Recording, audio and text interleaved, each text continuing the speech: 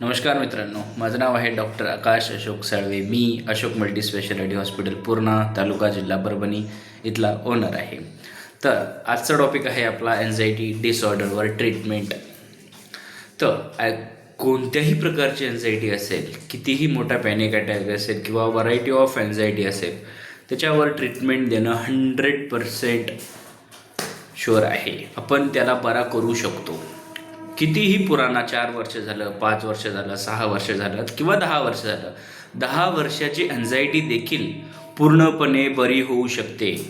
पण त्यावर दिली जाणारी ट्रीटमेंट कशी आणि आपण किती वेळ द्यायची यावर विषयी आपण बोलणार आहोत. तर एन्झायटी डिसऑर्डर्समध्ये ट्रीटमेंट कशी दिली जाते आणि त्याचा एक क्रियाकाळ किती दिवसाचा असतो.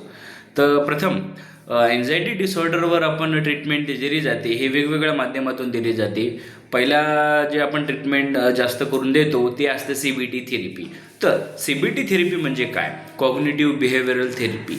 याचाच मराठीतून अर्थ असा आहे की बाबा की आपण एक थॉट्स जे आपल्या मनात येतात, जे आपल्या माइंडमध्ये येतात, ते एक नोट डाऊन करणे एखाद्या बुकवर किंवा एखाद्या पेपरवर.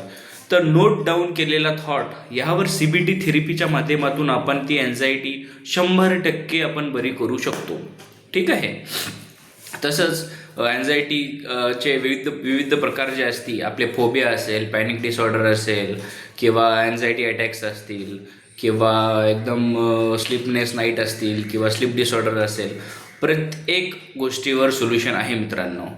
तसंच आपण एन्झायटी डिसऑर्डरवर CBT थेरपी, सत्वाची चिकित्सा यावर ट्रीटमेंट देतो. तसेच तुम्ही अशोक मल्टीस्पेशालिटी हॉस्पिटल पूर्णा, तालुका जिल्हा परभणी येथे नक्कीच व्हिजिट द्यावे. तुमची 100% एन्झायटी ही पूर्णपणे बरी होईल.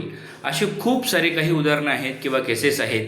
त्यांची एन्झायटी, त्यांना असं वाटते की बाबा माझी एन्झायटी किंवा माझी जी होणारी घबराट आहे ती पूर्णपणे बरी नाही होणार किंवा मी किती दिवस औषधं खाऊ आणि मला ते मी बरा होणार की नाही होणार यावर आपण शंका भरपूर असे पेशंटला येत असतात. पण असं काही नाही आहे.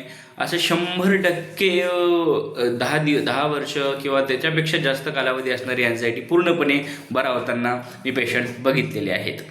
तसेच तर एन्झायटी डिसऑर्डरवर आपण जे ट्रीटमेंट देतो CBTच्या माध्यमातून, सत्वाच्या चिकित्सेच्या माध्यमातून, त्याला किती दिवस ट्रीटमेंट द्यावं लागते हे बघा मित्रांनो. तर एखाद्या एन्झायटी, समजा एखादा पेशंट आहे, त्याची एन्झायटी 5 वर्षापासून आहे, त्याला पॅनिक अटॅकचा जे डिसऑर्डर आहे त्याला आहे, त्याच्या चेस्टमध्ये पेन होतं, त्याला घबराट होते किंवा तो मग विविध हॉस्पिटलला जातो आणि चेकअप करतो. त्यामुळे त्याला विविध प्रकारचे सिम्पटम्स लक्षात येतात. त्याच्यानुसार आपल्याला समजते की बाबा हा रिपोर्टमध्ये तर नॉर्मल नाही आहे, काय मग त्याच्यावर काय करावे काय नाही.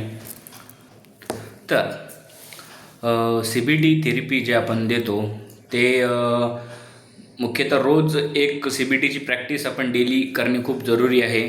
CBTची प्रॅक्टिस केल्यानंतर काय होतं, जे थॉट्स आपल्या माइंडमध्ये सतत आपल्या येत असतात त्याला आपण डिस्प्यूट कसं करायचं, त्याला कसं आपण डिलीट कशी करायचं आणि एखादा मोर ॲडॅप्टिव्ह, एखादा राईट थॉट कसा ॲड करायचा, त्या माध्यमातून आपण सोल्युशन काढतो.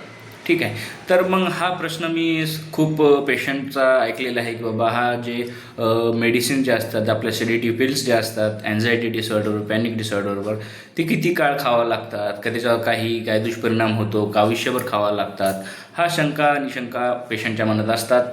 तर मला एवढंच सांगायचं इच्छा आहे की एखादा आपण जर फीवर आलेला असेल, ठीक आहे, तर आपल्याला फीवर आला असेल तर आपण कधी फीवरसाठी गोळ्या आयुष्यभर खातो का? नाही खात, ऑब्वियसली नाही खात. ठीक आहे. तसंच मग आपल्या बॉडीमध्ये जेव्हा सेरोटोनिन हार्मोन किंवा डोपामाइन हार्मोन, हे हार्मोनचं इम्बॅलन्स जेव्हा होतं तेव्हा मग त्या इम्बॅलन्ससाठी आपण ते इम्बॅलन्स भरून काढण्यासाठी आपण जे टॅब्लेट्स यूज करतो ते एक मुख्य 15 दिवस, 10 दिवस किंवा 1 महिना, 2 महिना योग्य त्या काळानुसारच आपण घ्यायच्या असतात. ठीक आहे. तरी तुमच्या काही एन्झायटी डिसऑर्डरबद्दल काही समस्या असतील, तर एखादा तुम्हाला कोणताही एन्झायटी डिसऑर्डर असेल, तुमच्या मनात कोणते विचार येत असतात किंवा तुम्हाला ते विचार परेशान करत असतात, बार येणारे विचार किंवा पॅनिक अटॅक, कोणताही काही असेल तर तुम्ही त्याची नक्कीच एक लिस्ट बनवावी थॉट्सची आणि कॉमेंट्स बॉक्समध्ये नक्कीच कळवावी. थँक्यू.